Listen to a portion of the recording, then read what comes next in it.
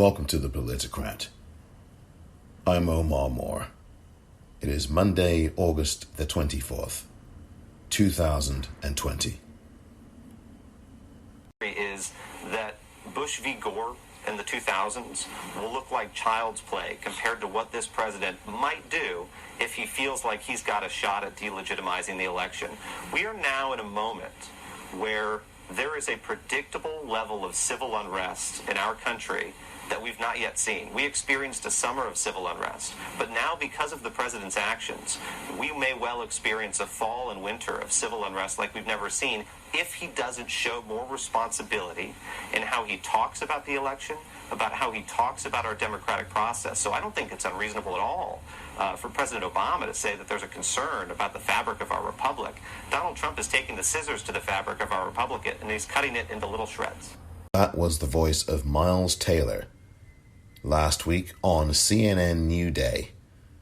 He was speaking to John Berman and Alison Camerata. Miles Taylor was the chief of staff for the Department of Homeland Security under Donald Trump. On this episode of The Politicrat, a look at why you must vote. There will be audio and there will be some racist language that you will be hearing in parts of this audiocast.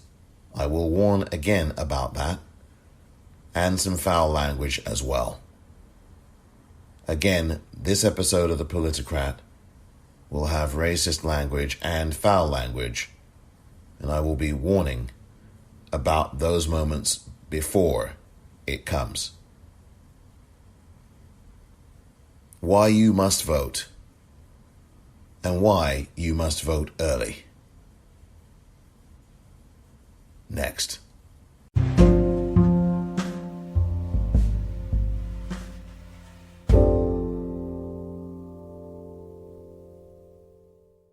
After the election, he'll make a determination in the aftermath. That's not how democracy works. If this happens, because he's signaling it will, who is going to get him out of the White House? What is going to happen in that case?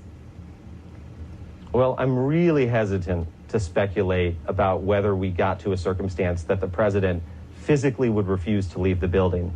I think that's almost too terrifying for us to talk about. But, certainly there are folks giving that consideration in various corners of the U.S. government and elsewhere. But what we've learned is this from Donald Trump, and what I learned in my time is that when disaster strikes, whatever kind of disaster it is, we get a 2-for-1 deal with Donald Trump. What do I mean by that? Whether it's a hurricane, whether it's nationwide civil unrest, or whether it's a contested election. When there's a disaster, we not only have the American people worried about that immediate danger and threat of the incident, we also have them worried about the president himself. This would happen consistently. I can remember one time we went to brief the president about a big storm system that was coming into the United States. Americans were worried enough about potential loss of life and damage.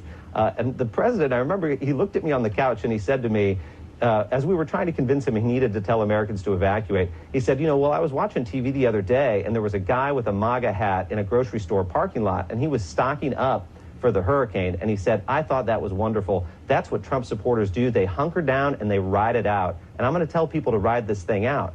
We were stunned. Everyone in the Oval Office was in silence. And thank God someone spoke up. I won't say who it is because this is all about the president. And I'm not trying to call out former colleagues. But someone actually jumped in and said a good thing, said, Mr. President, if that storm hits and your supporters don't evacuate, we might have a harder time winning those states. You don't want to lose your voters to a hurricane that destroys their homes and maybe even kills them. And the president said, you know what? You're absolutely right. Let's tell them to evacuate. That's what it took. It took telling the president that his supporters might die to get him convinced that he should probably support the governor's call for widespread evacuations.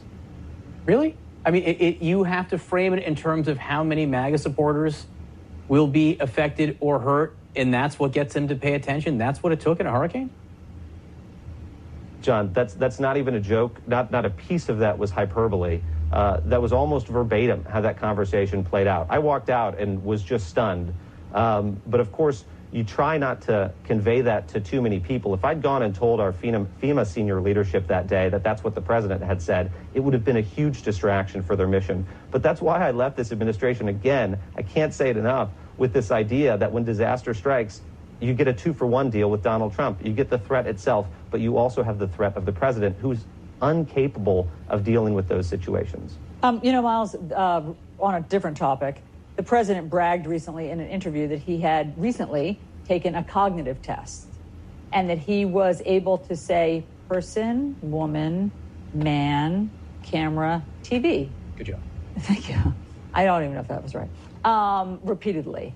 Did you see any in the White House? Did people think there was cognitive decline, or did people worry about his cognition? Yeah, and it's easy to make light of this. The internet's flooded with memes of really funny instances of Donald Trump showing less than great mental acuity. But this was discussed often. This was discussed daily among the president's senior advisors and the cabinet. People literally didn't feel like he was up to the job. And I don't blame someone who's watching me right now from thinking, this guy's selling out and he's trying to cash in, and so he's going to trash the president. I am telling you with every fiber of my being that some of the president's closest advisors did not think he had the mental acuity to do the actual job. We would go in there, again, in meetings, the scariest ones being in the Situation Room. And those are usually ones where I can't give you the details about what we were talking about. They'd be classified. But you would sit there trying to keep your jaw from hitting the floor because you're trying to present the president sensitive threat intelligence and information that he needs to consider, and he can't keep his mind on it. He can't focus, and he fidgets, and he gets confused. But this is the guy that we're thinking, needs to protect our country in an emergency, and he can barely focus on what's in front of him and rarely would read the piece of paper in front of them. I hardly ever saw Donald Trump read a document he was handed, but he did love pictures. He loved pictures, and there were many occasions where we had to go see the president, and we figured out that the best way to convince him of something was to get a really good graphic of it. I can't believe I'm saying that either, but this is the truth. This is what I witnessed. This is what many people witnessed, and I hope others will overcome that fear about what might happen in their personal lives if they speak out against the president. It's the time to do it. It's right, and it's the only way we're going to have a big American comeback is if we prevent a second Donald Trump term. So, Miles Taylor, as you heard there, I mean, this guy is completely, Miles Davis, yeah, Miles Davis, well, yeah, Miles Davis, that would be terrific to have him as the Department of Homeland Security Chief of Staff, but, unfortunately, that is not happening. And by the way, Miles Davis was far from a perfect human being himself, but look, my whole point here is Miles Taylor, who is now no longer because he walked out on principle, good for him, a Republican who decided that, look, I've had enough of this. I can't do this anymore. I don't care how much money I'm being paid or not being paid. I want out of here. So he resigned a couple of weeks ago. And he used to be, again, the chief of staff for the Department of Homeland Security under the Donald Trump administration. And he was on New Day, and you just heard a clip of him talking about Donald Trump. There were serious concerns about this guy, even his top-level staff. And he didn't mention names, and I understand that. People were saying to him, look, you cannot say this about hurricanes and the people. You've got to have an evacuation plan. And it was only when this particular official, he wouldn't name him, and that's okay, I'm glad he didn't name him or her, said to Donald Trump, hey, look, your supporters could die. What? That you don't want to do this because your supporters could die. And that's not good for your chances of winning the election. And it was only then that Donald Trump said, oh, okay, yeah, let's make sure that we tell them to evacuate. And that is some sociopathic stuff, isn't it? It's just really deeply distressing. It's not funny at all. I'm chuckling here, but it's not a chuckling matter. I mean, Donald Trump is chuckle nuts. That's what he is. And he is deeply mentally troubled. That's obvious. But when you have someone in power who is like that and exhibits the most extreme or even milder forms of that, you're in deep trouble. You're in deep trouble. And you know what? To show you how misogynist this country is, if a woman were in power as president right now, and if she were doing exactly the same things as Donald Trump is doing right now and saying right now, she would have been removed from office. And removed a long time ago. I don't care which party that would be in. She would be removed. There is no two ways about it. And I don't care what kind of Congress there was, whether it was Democratic or Republican. That particular person in office, if it were a woman in office as president, saying and doing what Donald Trump has done, she would have been gone a long time ago. You know I'm telling you the truth. You know I'm right. Because you know that misogyny is rampant in this country. Rampant. So don't tell me that that's not a thing. Miles Taylor is one of the Republicans who has a little conscience. He has conscience. And he knows when right is right and when wrong is wrong. And so he stepped down. And you heard that extraordinary audio. I mean, that's just... that should send chills.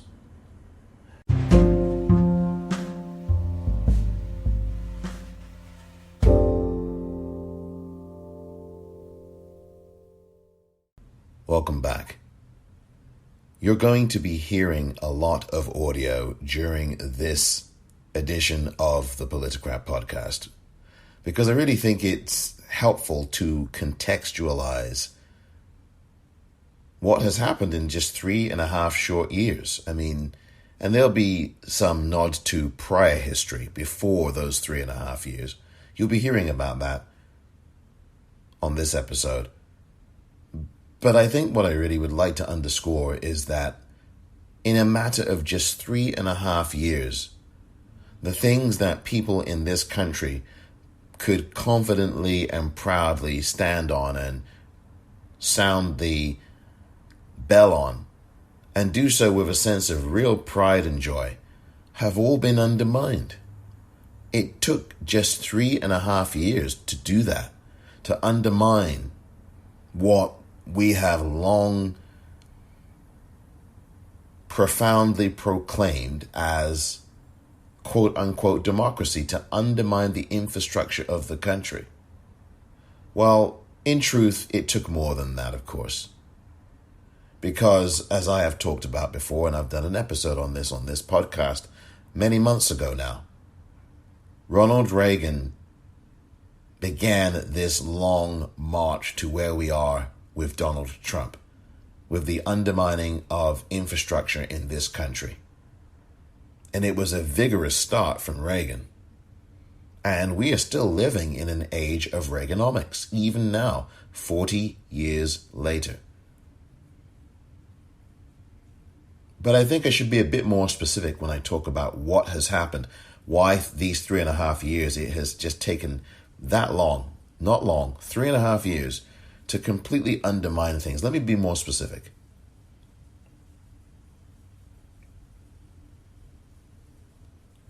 The aspect of decency in this country. Now look, decency has never been a thing in America, except for when the Native Americans were here, and here properly here, because of course this is their land, this is their country.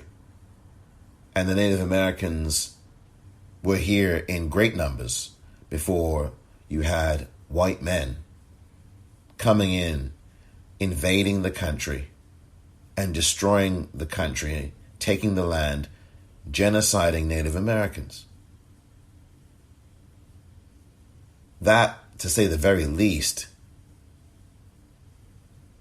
was the indecent part.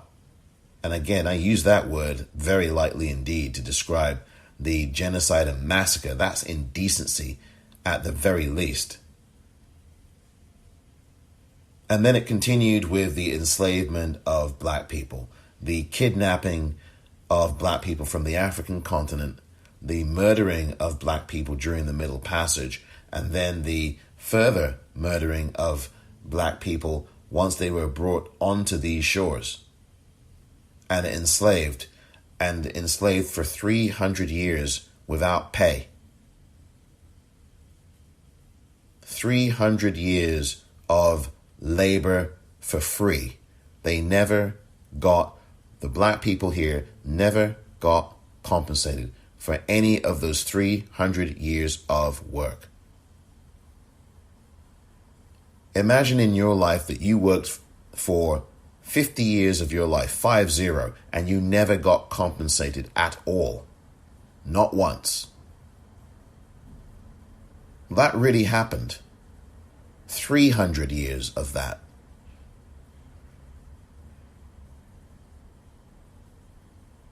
So this country has never been decent. I mean, again, not the kind of term to use for such wide-scale colonization, enslavement, bondage, and genocide, and lynching, and torture. Indecency is not the word. Doesn't even describe it. But my whole point is that the moral framework of this country, ever since the Native Americans were genocided, and ever since black people were enslaved here and lynched here, there is no decency. That framework had disappeared. That moral framework died with the end of Native American control of the land that was theirs. With the enslavement labor that was done by black people in this country for 300 years. So there is no moral fabric in this country. When the so-called founding fathers came along, all of them owned black people as property. All of them had enslaved black people. Certainly none of the founding fathers raised an eyebrow about enslavement. And when they drew up the Constitution of this country in the late 1700s, 1787, and then at the Constitutional Convention in 1789, in the Constitution they said that black people were 3/5 of a human being. 60% of a human being, 3/5.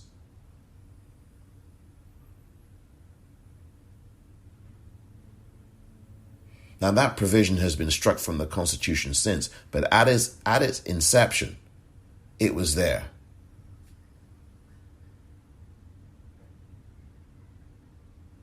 You can look this up. I have no reason to sit here and say this to you without any truth. It's true. It's documented. Go and you can search this. The 3/5 compromise. Look it up, please. But my whole point of using this historical reference is to bring us some context and to say and to suggest to you that history is a continuum. It is not something that just happened, quote unquote, in the past. History really is a continuum, and so I wanted to start with that. And also continue with the fact that the Constitution is a very tenuous document. And we see that right now. We actually saw that in the year 2000, if not before, but I'll go back just 20 years. In the year 2000, with the U.S. Supreme Court decision, Bush versus Gore, an infamous Supreme Court decision among other infamous Supreme Court decisions. And in Bush v. Gore, what the Supreme Court did was override the United States Constitution. They overrode the United States Constitution's 10th Amendment by telling Florida to stop counting votes. To stop counting votes. That's what the United States Supreme Court did in December of 2000. The 10th Amendment allows powers reserved to the states. It's the so-called quote-unquote states' rights amendment. And the 10th Amendment, in short, says the powers not granted to the feds, to the federal government, I'm just paraphrasing, are reserved to the states. So the United States Constitution, under its so-called founding fathers, recognized and allowed for reserved rights to the states. States had their own autonomy and power, and the 10th Amendment was consecrated to reflect that power. So when Florida's court said you can continue to count these votes for Mr. Al Gore in these counties of Florida, or in this one county, I guess it was West Palm Beach County or something like that, in that election in 2000 with George W. Bush and Al Gore, the protracted litigation and back and forth and the intimidation tactics from the Republicans obviously must have had some kind of effect, or George W. Bush's father, George H.W. Bush, who was in the CIA back in the 1970s, was the director of the CIA back in the 1970s, must have called in a few favors to his buddies on the Supreme Court. William H. Rehnquist was one of them. And so that majority conservative Supreme Court back in 2000 said, here's our Supreme Court decision, and Florida must stop counting the votes. At that point, Florida had not finished its recounting yet under Florida courts. And since that had not been completed yet, George W. Bush, who at that point was in the lead without the recount, was declared the winner of the election of 2000 in that Supreme Court decision. I really do encourage you to read the dissents. The dissent, of course, as you know, is the opposing opinion to the majority opinion in that case. It was a 5-4 decision, and it went strictly upon conservative and democratic, or conservative and liberal lines. A 5-4 decision that said that Florida must stop counting. George W. Bush's contention was that he would be irreparably, I can't even say this word. George W. Bush's position was that he would be irreparably harmed if the recount was allowed to continue, which is the same thing as saying that George W. Bush would lose the presidential election if the counting were allowed to continue. Well, guess what, George? Guess what, W? That's called democracy. Democracy is when you count the votes of the people. Democracy is when you let the process play itself out without the lawyers, and I'm a lawyer myself and I'm saying this, without the courts. That's what democracy is, when you allow the votes to be counted.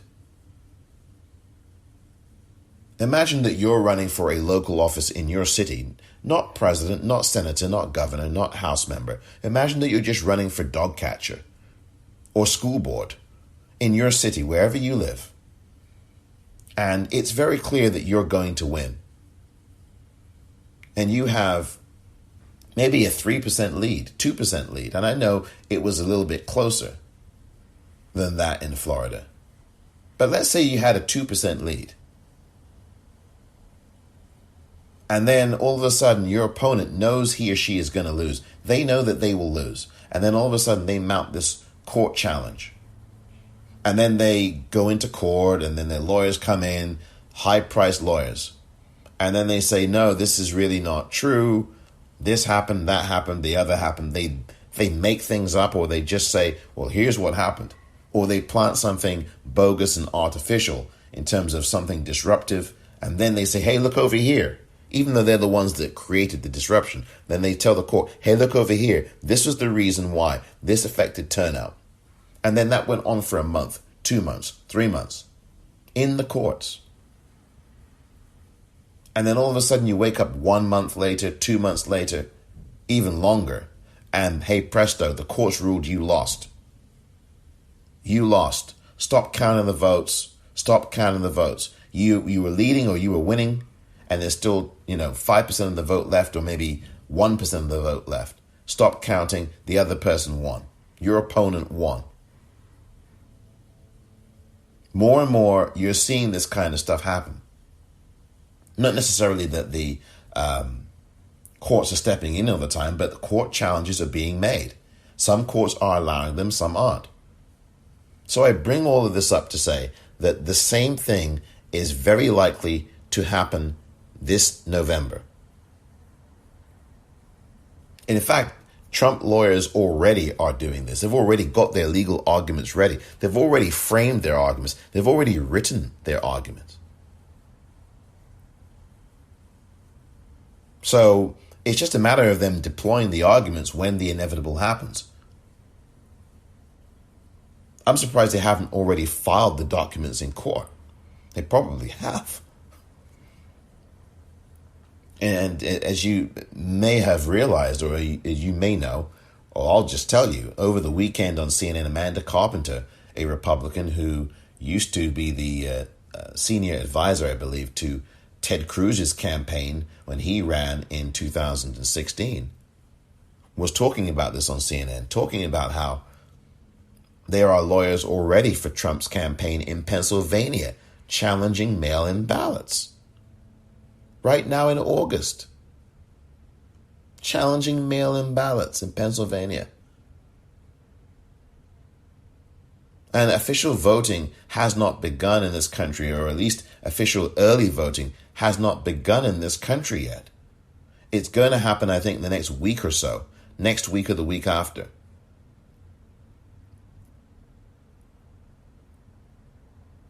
It's incredible. So these guys are already doing this. They're already trying to gin up the courts, jam up the courts, stoke mistrust, distrust, and unrest.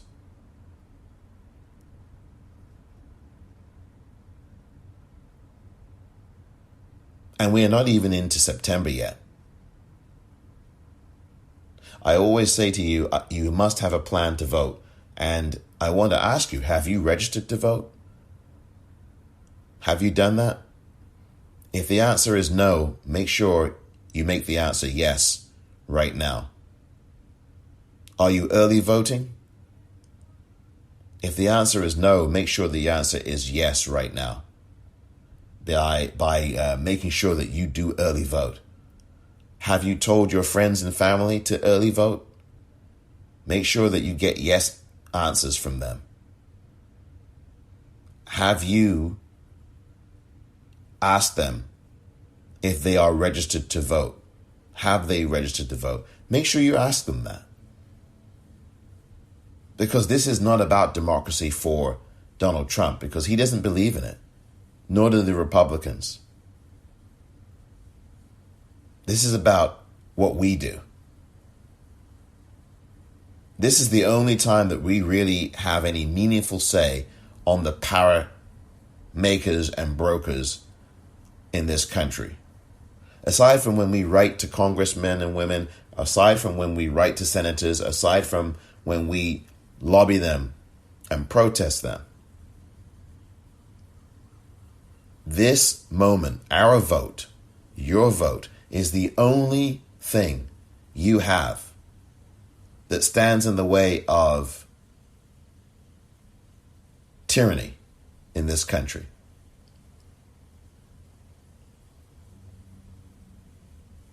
Nobody can afford to stay home this November. Nobody can afford to stay home. Young people particularly.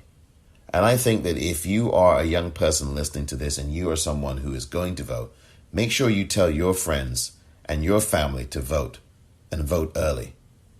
And if you are an older person listening to this, make sure you tell a younger person to please vote, but also to tell them why they should vote, and also to listen to them give their reason to you as to why they may not be voting. It's a very important thing to listen to what young people have to say. We all need to listen to each other. And it's very important that young people are heard. There are going to be a cross-section.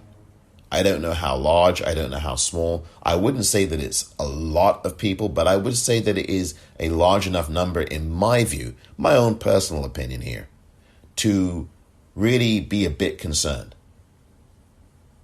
The youth demographic has, generally speaking, not been the most reliable. Sure, there have been healthy turnouts from the youth in some of these big elections over the years, but that demographic is not one that is consistently reliable. Not in the way, say, people over 55 are, particularly people who are over 55, white and Republican.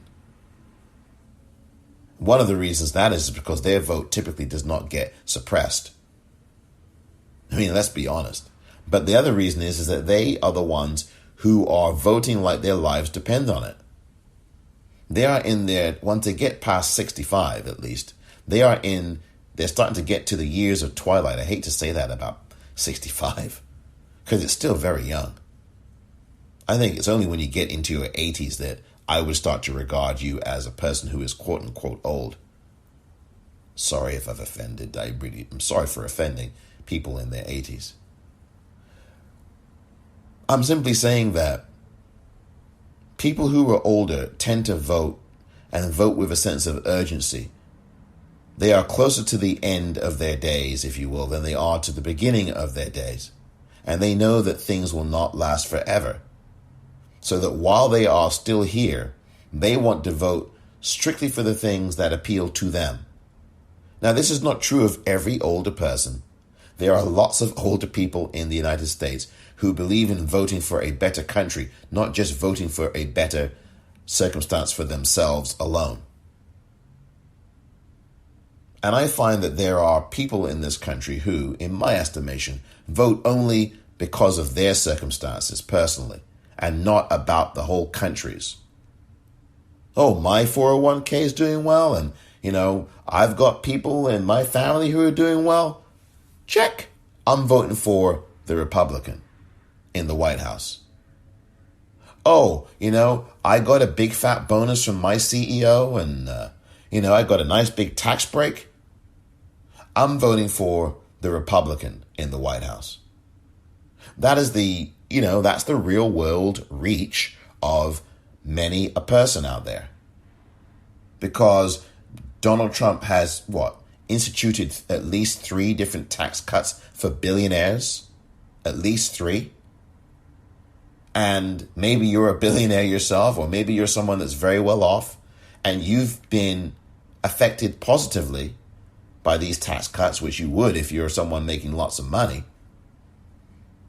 So you said, yeah, I'm doing well. Screw the rest of you. I don't care about the rest of you. I only care about me. And that's really what a great many people in this country do. In my estimation. I don't have the evidence. I have an opinion, and I know everybody has one, just like you know what. But that is really what I am saying here. Is that this is a situation where you've got to look at what is the country going to be like. And for young people, that's something that they have to ask themselves. Because they're the ones that have, even with this coronavirus, have, in this atmosphere of pandemic, have more of their days ahead of them than people who are obviously a great deal older do. Of course, we know that in life nothing is forever. We know that in life young people too get coronavirus at 24 and at 18 and at 6 months old. So of course, yeah, life can end at any time for anybody, no matter how young or old they are. But what I'm saying is that young people will have to look at this because we've got climate change, and of course that didn't begin under Donald Trump, but his policies are accelerating it. Global warming is being accelerated under the policies of Donald Trump. That's for sure. Republicans are the enemy of the environment. The EPA is headed by a lobbyist who wants to destroy the environment, who wants to destroy the EPA. So young voters, as well as everyone else, has got to consider the merits of living in a country and not voting at all when you've got two candidates who realistically can win. They are the only two people on the planet in the United States who can win this general election in November. Joe Biden and Donald Trump.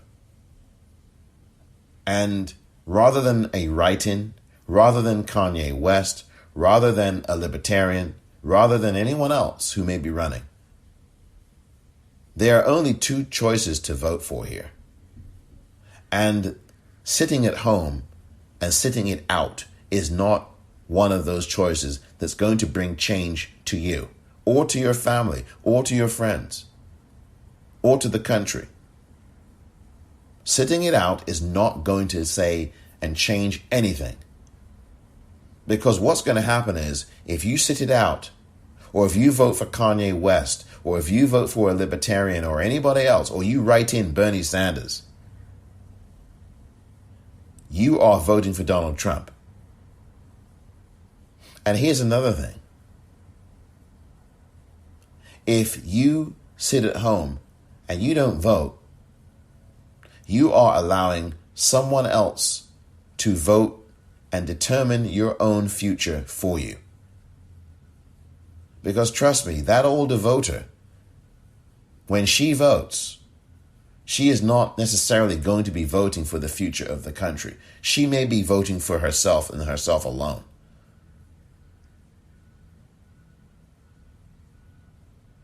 When that man votes, he may not be necessarily voting for the future of the country. He may be voting for himself alone. He may have no children. And he may be somebody who doesn't have any real family at all. And he's 65, 70 years old. And he decides, hey, I want to vote for me because I've got no real family at all. And so I'm going to just vote for all of these things. And frankly, all of these things protect me and safeguard people like me. And to hell with the rest of this environment stuff, I'm not going to be here anyway. Who cares about the environment? There are people who think like this. So I really would behoove young people and those who know young people to say this kind of thing to them. That other people out there, young and old, quite frankly, will be voting and determining your future for you if you do not participate and vote for one of these two candidates. And obviously, the person that you should be voting for is Joe Biden. Now, I can hear some youth now, well, what's Joe Biden done? Well, again, the onus is on people to talk about what he's done, and also the onus is on Joe Biden, not just his surrogates, who are youthful, but Joe Biden himself also to make a more compelling case to young voters. It's one thing to have meetings with young voters, and Joe Biden has done plenty of Zoom meetings and campaign stints with younger voters. But what he has to do is really reach into those areas And I guess you are left to do Zoom when you're dealing with a pandemic. But I am saying that it is imperative for young voters to get involved and for Joe Biden's campaign to continue to target the youth vote. Because I think it's going to be a very important vote among other segments of societies.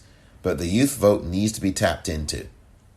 You've got these great organizations run by youth, March for Our Lives, and, a number of organizations. The Sunrise Movement have endorsed Joe Biden. And what there needs to be is some kind of group effort between the Biden campaign and these youth movements that have been endorsing Joe Biden to go into younger voters, young people, and register them to vote, and also impress upon them how important it is that they vote. And as I say, I think it's very important for us to listen to young people. Those who are saying in youth communities, well, I'm not voting because I don't think any of these people cares about me. You've got to listen to that. You've got to take that on board. Because it's important. And then once you listen to that and hear it and answer their questions, they may ask you, why should I vote? Well, you've got to be prepared to answer why. And then you've got to tell them or persuade them that it's imperative that they vote. Because if they wake up in a world where they can hardly breathe for air because the climate is so bad, and they have not voted, then they wonder, wait, what's all this going on here? What's happened here? And then someone comes up to them and asks them, well, did you vote in the last election? This is one of the biggest issues that we've got going, if not the biggest. Did you vote? And then you turn around sheepishly and say, no, I didn't, because I don't think they care about me, so I didn't vote. Well, that person may just say to you that you've got no right to really complain at all. I mean, yeah, you can complain about hardly being able to breathe in a toxic-laden sky, which we already have, quite frankly, but it will get a lot worse. And it will be during your lifetime as a young person where it will get a lot worse. And your kids' time. And certainly your children's time. But will you really have a right to complain? I don't think you would. Because if you don't vote,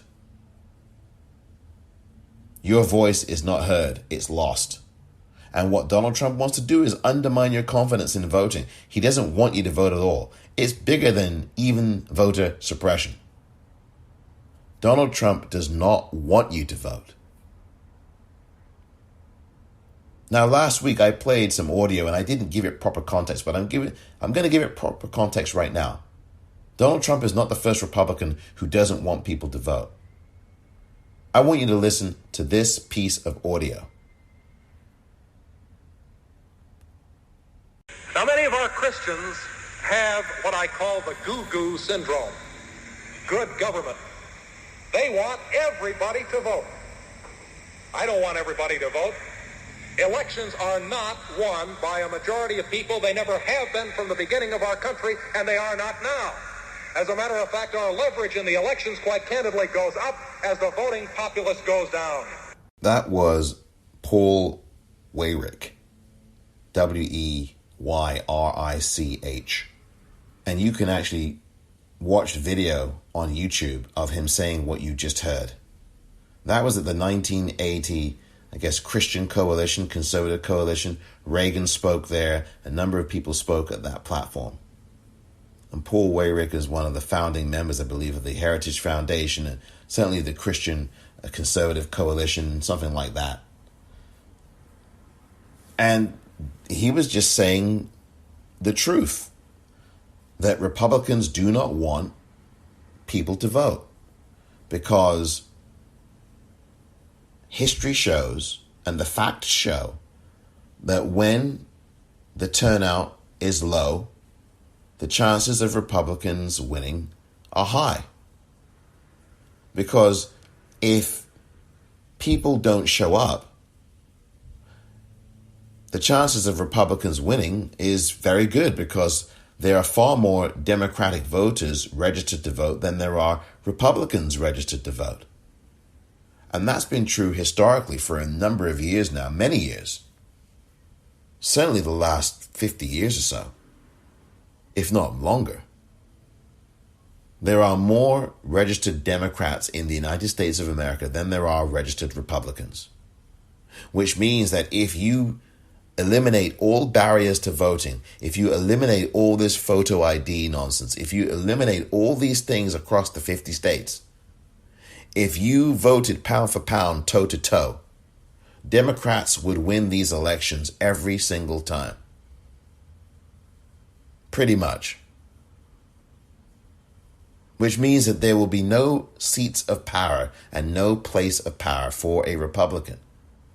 Which means that for Republicans to win, except obviously in districts that are obviously heavily Republican, right? Those Republicans would keep their seats. So I'm not saying that in every single case that's going to happen. But in other cases where you've got big elections and you've got different populations voting,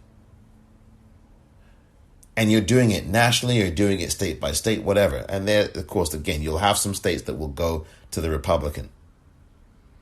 But in general ways, when you've got these different populations who are coming in, who are voters for the first time, they're mostly Black, Latino, Latinx, Asian.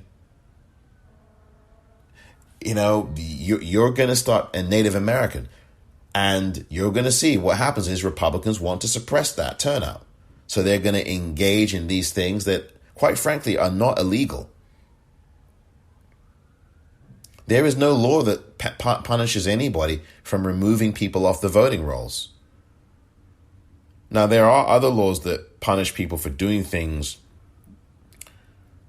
in terms of tampering with voters. That's definitely a violation of the law. A violation of federal law, state law, and it's also something that is imperious to the Constitution as well. But there is nothing that stops lawfully stops someone from manipulating the voting machine. I mean, there's a crime in terms of tampering with it, but if the corporation has an algorithm in its machine that switches your vote, there is not much, at least as I know, that the Constitution says about that. In fact, there's nothing that it says about that. Which is why we've got to vote Democratic in this election. All the way up and down the ticket. Not just to the White House, but all the way down to the outhouse, to the doghouse. Because the Democratic Party is more concerned about voting and the integrity of voting than the Republicans. It's just no contest. The Republicans do not want you to vote. Americans are the kinds of individuals that go, oh yeah? You're telling me not to do something? Well, let me show you something. I'm going to do it. That's what America has been since after the Native Americans were genocided. There is a lot of individualism here. And it is about, oh yeah? Are you going to stop me? You're telling me I can't vote? Let me show you. You're telling me that I must wear a mask? Let me show you. That's what a great many people in this country are like, right? There's still lots of people in this country walking around without a mask on.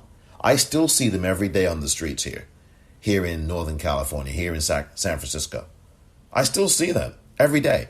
There are at least 5 to 10 people that you will see here, at least in my area, where you will see them and they will not be wearing a mask.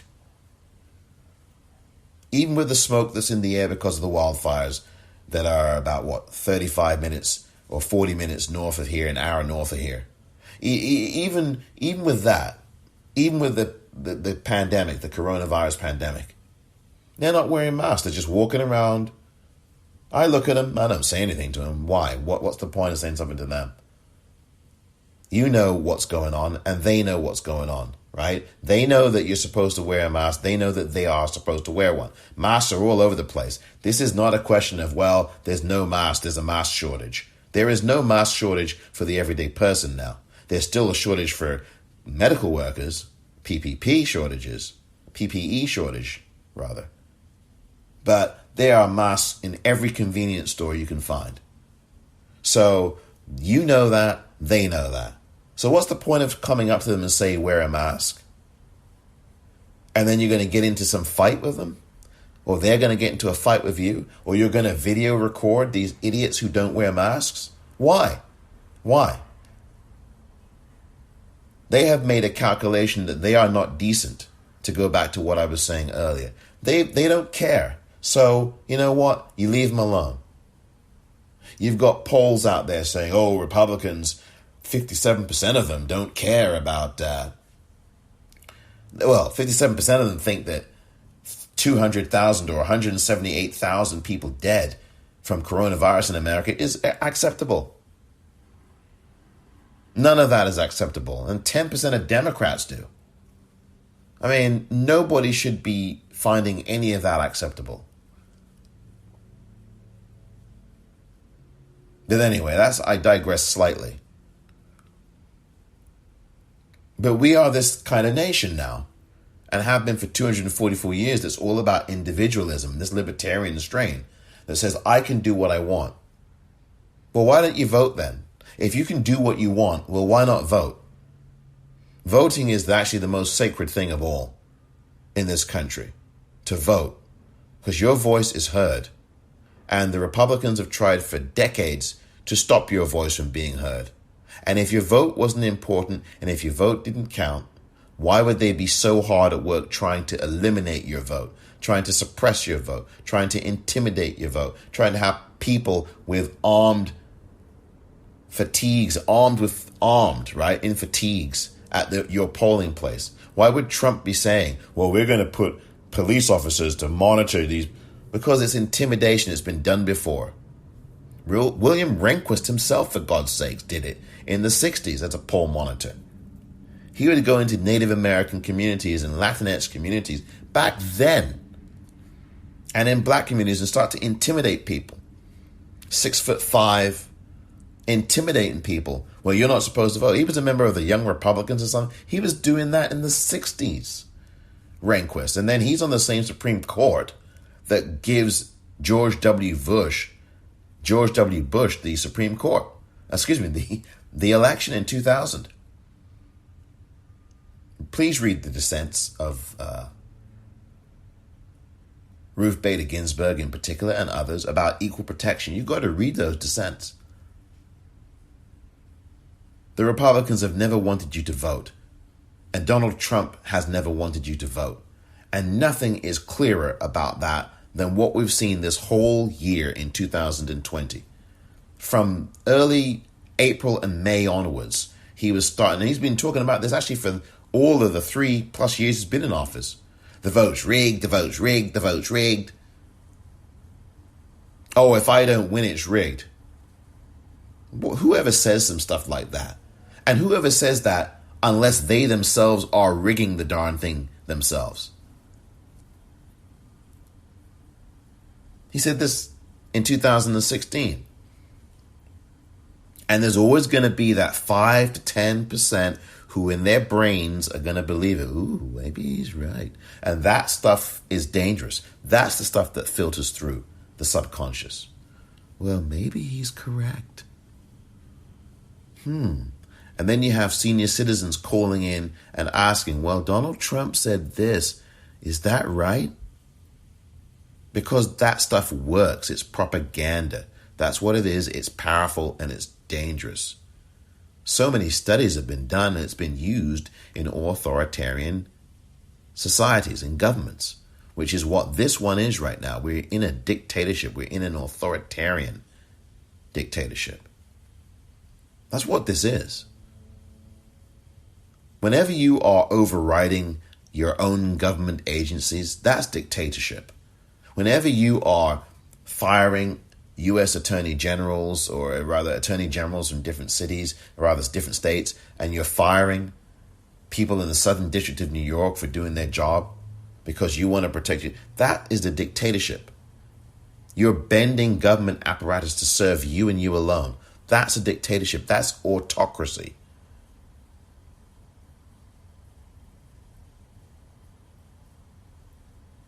These guys do not want you to vote. And this con game that Donald Trump's been running for 3.5 years, oh no, make that 60 years, has been something that he's been doing with relish. Been running a con game. A con game. There's nothing wrong with our voting. There is something wrong with the people who are trying to block you from voting. And that's the Republican Party. And today they are going to have day one of their convention.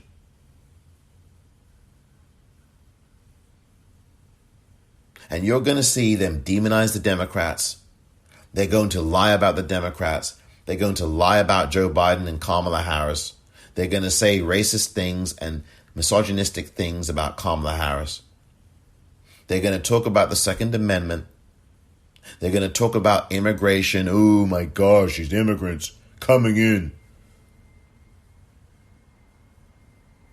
Never mind the fact that a lot of the people coming in here are from Eastern Europe, and many of them are white. That's okay, though, for Donald Trump. He doesn't mind that. When you track how people first reacted to Hitler and Mussolini, they said, oh, he's just insane. Or the classic thing is that the elite party, in this case, the GOP, we're going to invite him into power. And then we're going to control him. How am I doing? Am I doing okay? I'm president. Hey, I'm president. Can you believe it, right? Over and over in history, what has happened is that these people get invited in, they get legitimized, and then they take over the show. There is no Republican Party. There's a Trump Party. At 12:05 p.m. on January 20th, 2017, just minutes after being sworn in as president, So help me God. Trump filed the paperwork for the Trump 2020 re-election campaign. Within days, he went right back to holding rallies. Keep America great! Exclamation point. And campaigning for an 8-year presidency. Unless they give me an extension for the presidency. These are what I call trial balloons. You throw out an idea that previously was unthinkable. 4 years, 8 years, or as you know, FDR, in one case, 16 years. Should we go back to 16 years? Should we do that, Congressman? Can we have that extended? Unthinkable in democracy or unthinkable for human rights reasons. She is a great gentleman. He's now president for life. President for life. No, he's great. Look, he was able to do that. I think it's great. Maybe we'll have to give that a shot someday. They float these ideas. They get them out there. And then the press does its job for him. President Trump offering his congratulations to Turkey's President Erdogan for winning a referendum that grants him sweeping new powers. Picks them up, amplifies them, circulates, and then it becomes a thing. You know, the last time I jokingly said that, 16 years, the papers started saying, he's got despotic tendencies. No, I'm not looking to do it. Unless you want to do it, that's okay. And it becomes part of the discourse. Half of all Republicans in a poll said they would agree to postpone the 2020 election if President Trump asked them to. 52% of Republicans would support postponing the 2020 election if Trump proposed it. And he hasn't even proposed it. People do think, well, we have this democracy. We've had it for over 200 years. It's not going anywhere. But that's so bogus. That's just not true, Michael. We've had a democracy since circa 1970. I mean, if black people can't vote, it's not really democracy. If women can't vote, it's not really democracy. Democracy, I mean, I love the fact that I live in a country which is more democratic than others. But I will say that democracy in America is an aspiration. It's somewhere we've got to get. I mean, when only half the population is voting, when there's unlimited money in politics, we're not there yet. Over 1 million new jobs, companies investing billions in America, stock market reaching all-time record highs, our country strong again. Never in American history has a president kept more of his promises in his first 2 years in office. Not the promises he made to the voters, but the promises he made to his fellow billionaires in the ruling class. A record tax cut for the rich, passed. Obamacare. It's obvious that it's failing. It's dead. Dead. Banking regulations either weakened or removed. Doesn't get much bigger than that, right? And is on his way to packing the court with 140 conservative judges. A modern-day record. And making lifetime appointments to the Supreme Court with right-wing judges. The Paris Climate Accords. Will withdraw. The Iran nuclear deal. Will withdraw. Our reconciliation with Cuba. I am canceling. Privatized prisons. Whose stock has nearly doubled. Privatized public schools. And he's building that wall. We want to make it perfecto. What should also send chills is Donald Trump last week in Oshkosh, Wisconsin, saying this. In 78 days, we're going to stop the radical left. We are going to win the state of Wisconsin. And we are going to win 4 more years.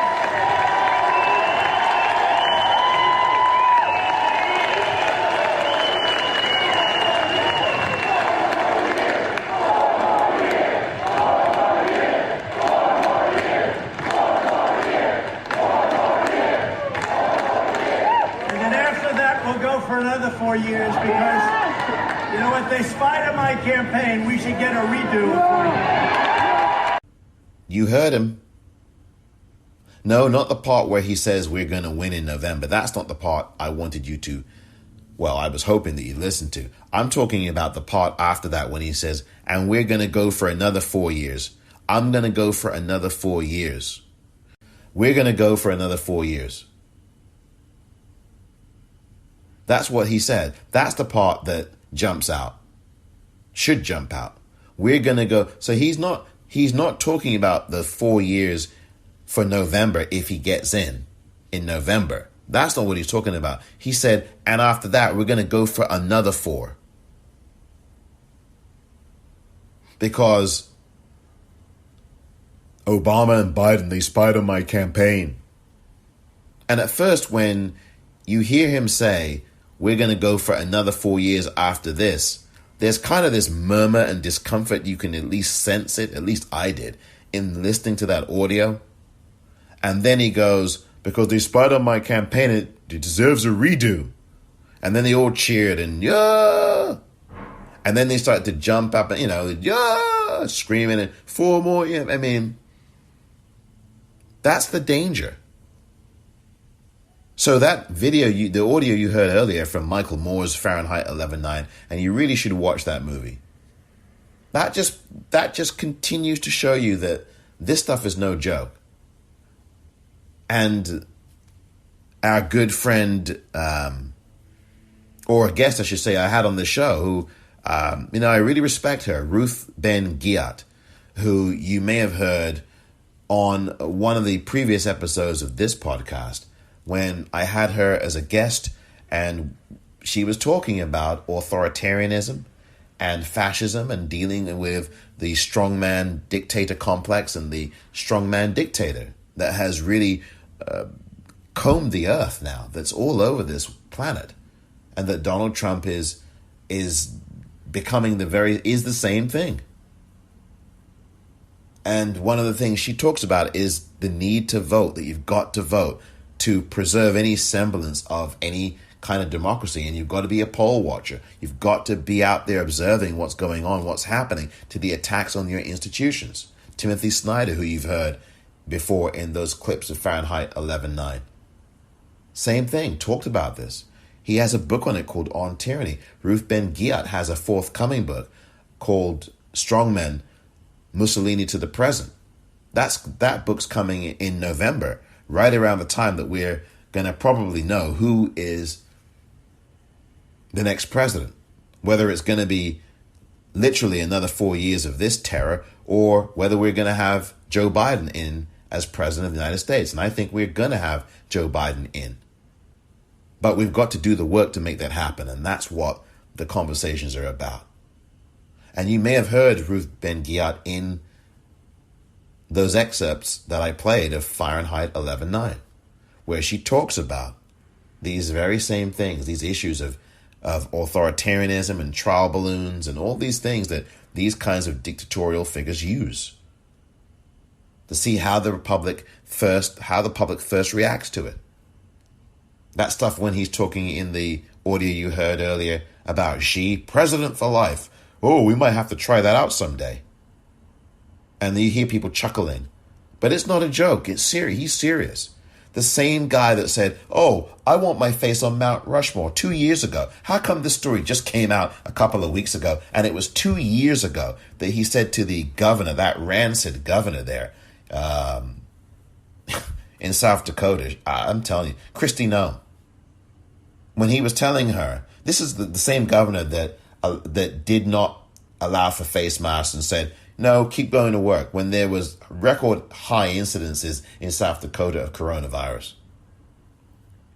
And she is saying that 2 years ago, Donald Trump came up to her and said, I'd like to have my face on Mount Rushmore. Never mind, this is Native American sacred land. I mean, can we deal with that none of those faces should be up there to begin with? Can we deal with that first?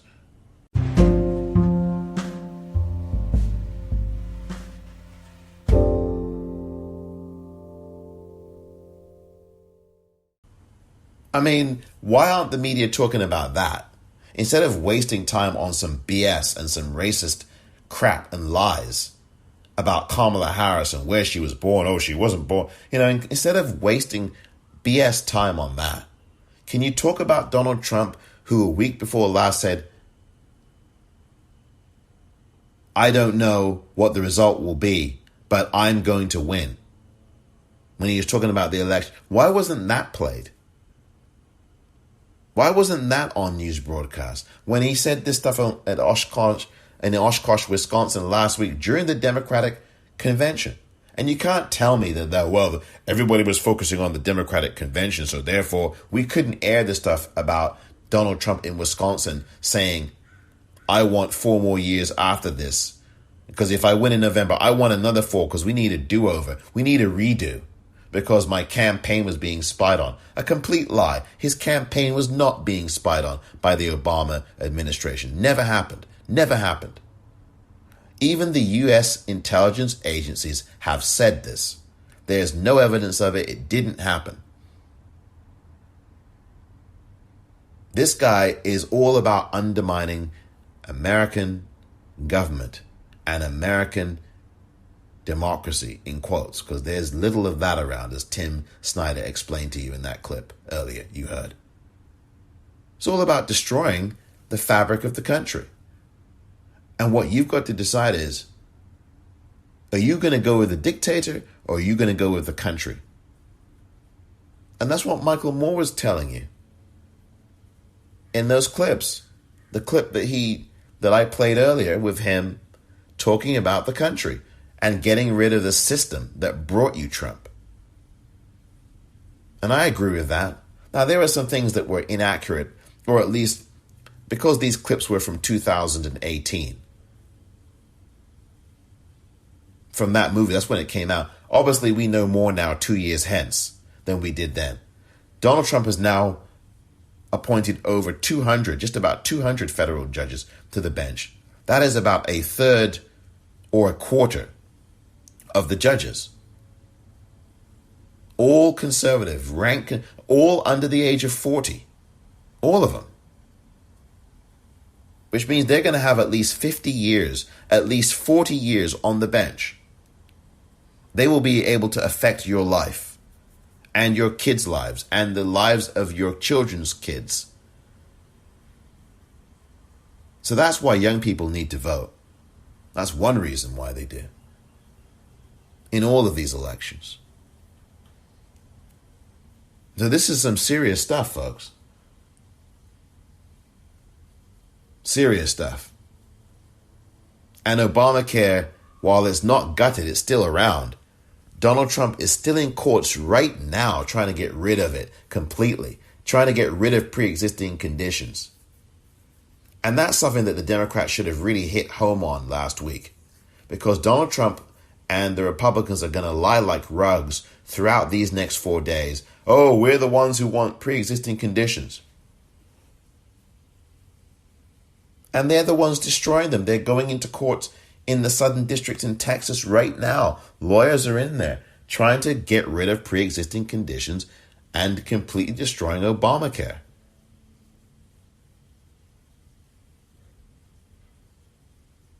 The economy is in the crapper right now.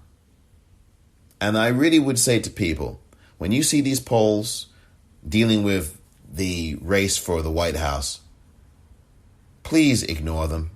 I know that people are going to look at them anyway. They're not going to listen to me. But I would say ignore them. And I am saying ignore them. Polls are for only two types of individual. One, pollsters, and two, the political campaigns of the candidates. Those are the only two constituencies that polls apply to. Polls do not apply to the general public. And they are not for the general public. They're not for the general public. Even though they interview members of the general public. The only reason that polls are brought before you is to try to influence your feel about where this race is going in the presidency. That's what they're for. They are designed to influence you, which is really dangerous, because if you see Joe Biden, as he is currently in a lot of these states, up by 10, 8, 7, 5, 4, some of you may think, well, I don't have to vote because he's up in my state. Why? There's a coronavirus pandemic. Why would I want to vote? That's why you should vote. That's the mistake some of you made in 2016. When some of you said, well, Hillary Clinton's up by 20. I don't need to vote. I'll just go and write in a candidate because my state's going to vote for her anyway. So I'm going to just go write in someone else. I'm going to write in Bernie. I'm going to vote for Jill Stein. I'm going to go vote for Gary Johnson. I'm going to go vote for Twinkle Toes.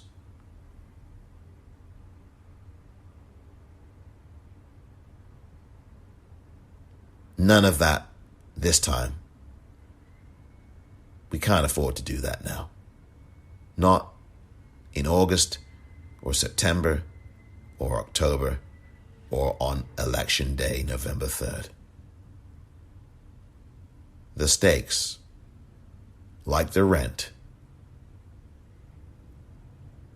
are too damn high.